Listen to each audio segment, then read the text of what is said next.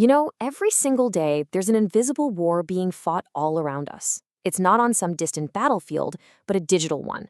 And it affects literally everything, from our personal data to our most critical national infrastructure.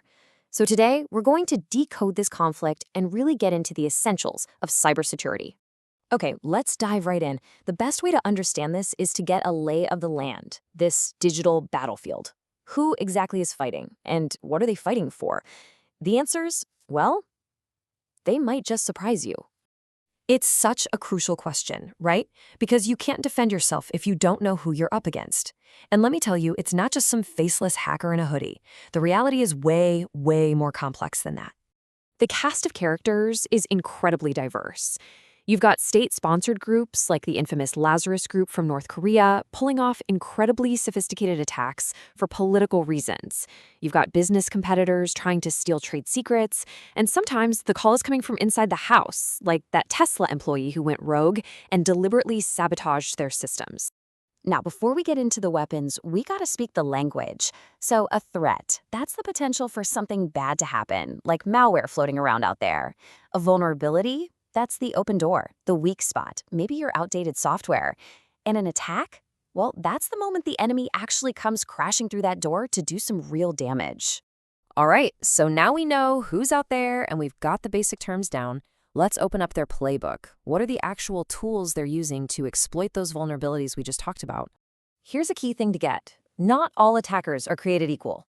An unstructured threat might just be a lone individual messing around with basic tools looking for an easy score. Then you level up to a structured threat, which is more like an organized crime gang. They're coordinated, well-funded. But at the very top, you've got highly structured threats. We're talking nation-states with huge resources and massive long-term goals. And how you defend against them is a completely different ballgame. And if you want the perfect example of a highly structured threat, look no further than Stuxnet. This thing wasn't just code, it was a digital weapon. It used secret vulnerabilities and even USB sticks to physically destroy nuclear centrifuges in Iran.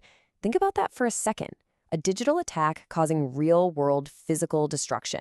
Let's talk about the weapons you and I see all the time. Phishing is a classic.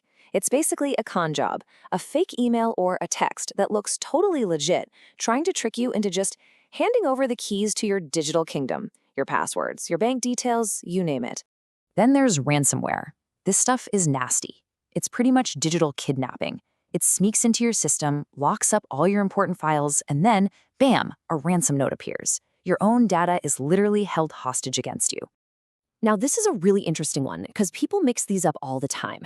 Here's the key difference. A virus is like a passenger. It needs to attach itself to a program to get around.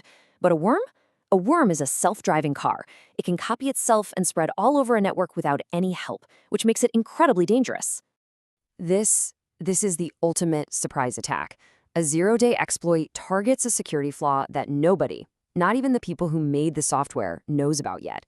It's a secret weapon that defenders have no defense against. A perfect example is the Pegasus spyware, which used 0 days in iPhones to spy on people without them ever clicking a single thing. So, why does all this matter? I mean, why should we care? Because the fallout from these attacks isn't just happening on a computer screen. The consequences are staggering, and they affect real money, real companies, and even real human lives. Let's just put a price tag on a major screw-up.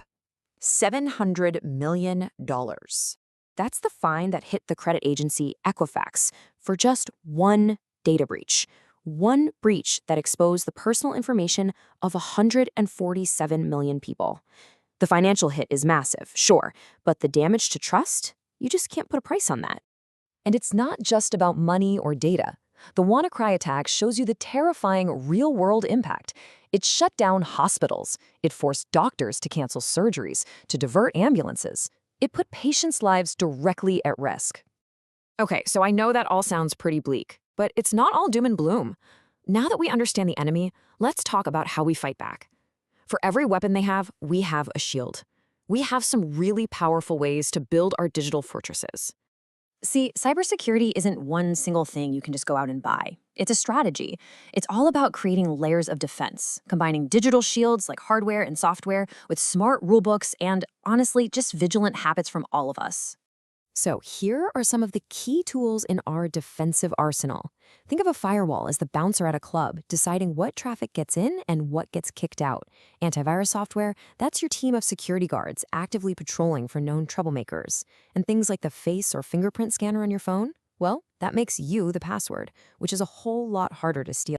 So, what's the whole point of all these tools and defenses? What are we actually protecting here? Well, it all comes down to a few core principles that are basically the bedrock of our entire digital world. The entire field is built on these 5 key pillars. They're what creates digital trust. And while they're all super important, the 3 most foundational ones are what we often call the CIA triad. Let's take a look. Okay, let's zero in on the big 3. Confidentiality is all about keeping secrets secret. Simple as that. Think about your Aadhaar data. Integrity means making sure the data is accurate and hasn't been tampered with. It's why something like blockchain is so powerful. And availability, that just means you can actually get to your stuff when you need it, like making sure the railway booking site doesn't crash during a holiday rush. And that leaves us with one final thing to think about. As this digital battlefield keeps changing and the attackers get smarter and smarter, which of these fundamental principles, confidentiality, integrity, or availability, do you think is the most fragile? Which one is most at risk in our world today? The answer to that question is going to shape the future of our security.